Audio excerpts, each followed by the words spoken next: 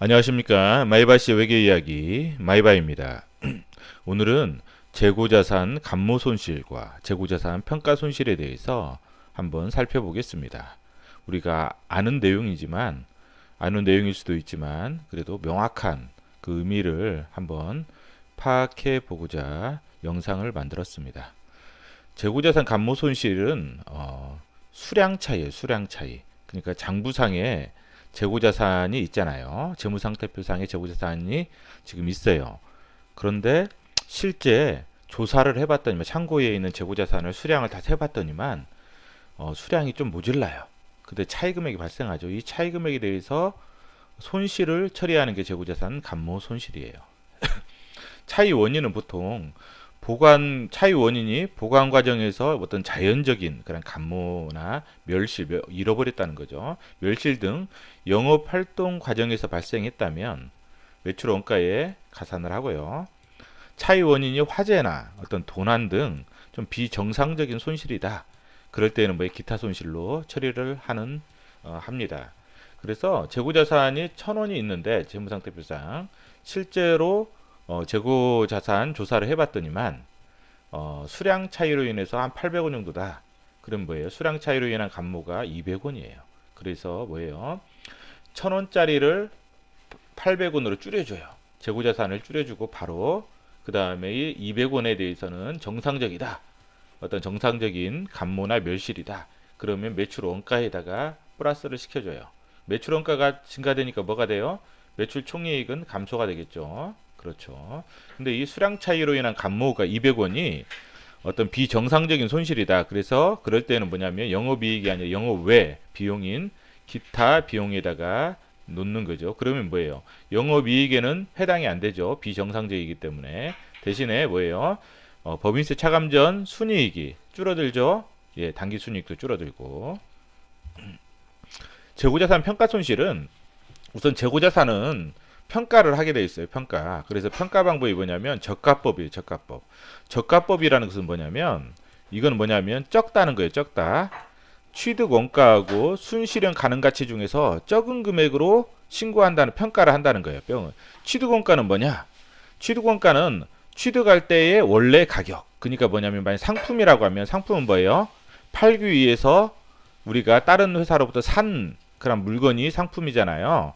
그러니까 상품의 원래 가격, 살 때 원래 가격, 살 때 들어가는 원래 가격, 여러 가지 부대 비용까지 해서 살 때 들어가는 원래 가격이 취득 원가고, 제품은 뭐예요?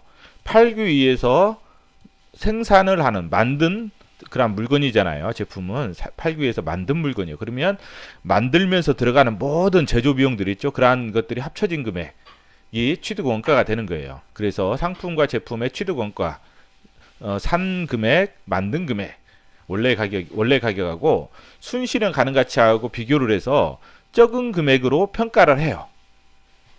자, 원래 재고자산은 1,000원이 돼 있어요. 장부상에. 이 1,000원은 상품 같은 경우는 산 금액, 거기다 취득 부대 비용, 제품 같은 경우는 어때요? 만든 금액들 전부 다 모아진 그런 금액이잖아요. 금액인데 이제 원래 취득 원가하고 순실현 가능 가치하고 비교를 해서 적은 금액, 만약 순실현 가능 가치가 더 줄어든다 취득 원가보다, 그러면 평가 손실로 해주는 거예요. 그러면 순실현 가능 가치가 뭐냐? 순실현 가능 가치는 지금 이 상품하고 제품을 판매했을 때 추정 판매 부대 원가, 판매 가격에서 추정 판매 부대 원가를 뺀 금액이 순실현 가능 가치예요.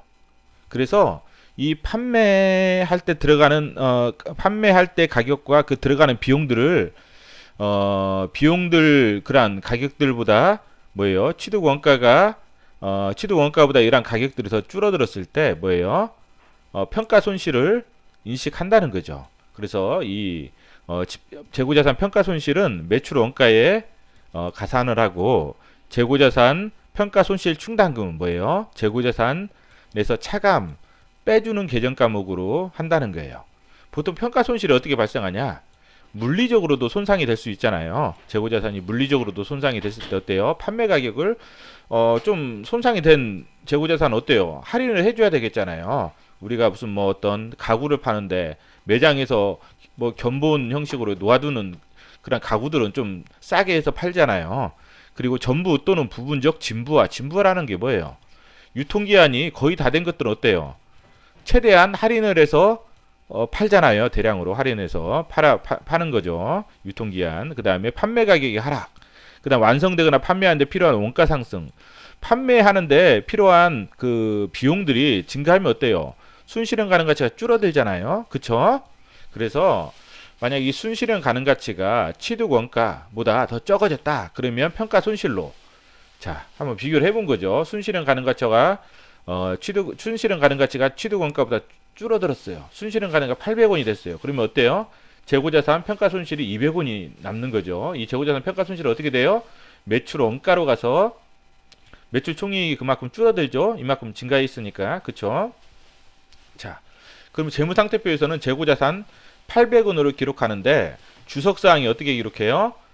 재고자산 1000원, 재고자산 평가충당금 200원 해서 재고자산 가감기에 800원 이런 식으로 해서 이게 재무상태표에서는 800원이 있지만 주석사항에는 이 세부적인 사항이 재고자산 평가충당금이 발생한다는 거. 아까 재고자산 감모손실은 뭐 그런 게 없이 그냥 바로 줄여줬죠. 이게 수량이 적어졌기 때문에 바로 줄여줬어요. 재고자산을. 그렇지만 재고자산 평가손실에서는 재고자산 평가충당금이라는 어떤 계정 과목을 해서 재고자산을 그 차감하는 빼주는 그런 형식으로 기록을 해서 재고자산 가감계를 기록한다는 거예요. 주석사항에. 자, 오늘은 재고자산 감모손실과 재고자산 평가손실에 대해서 살펴보았습니다.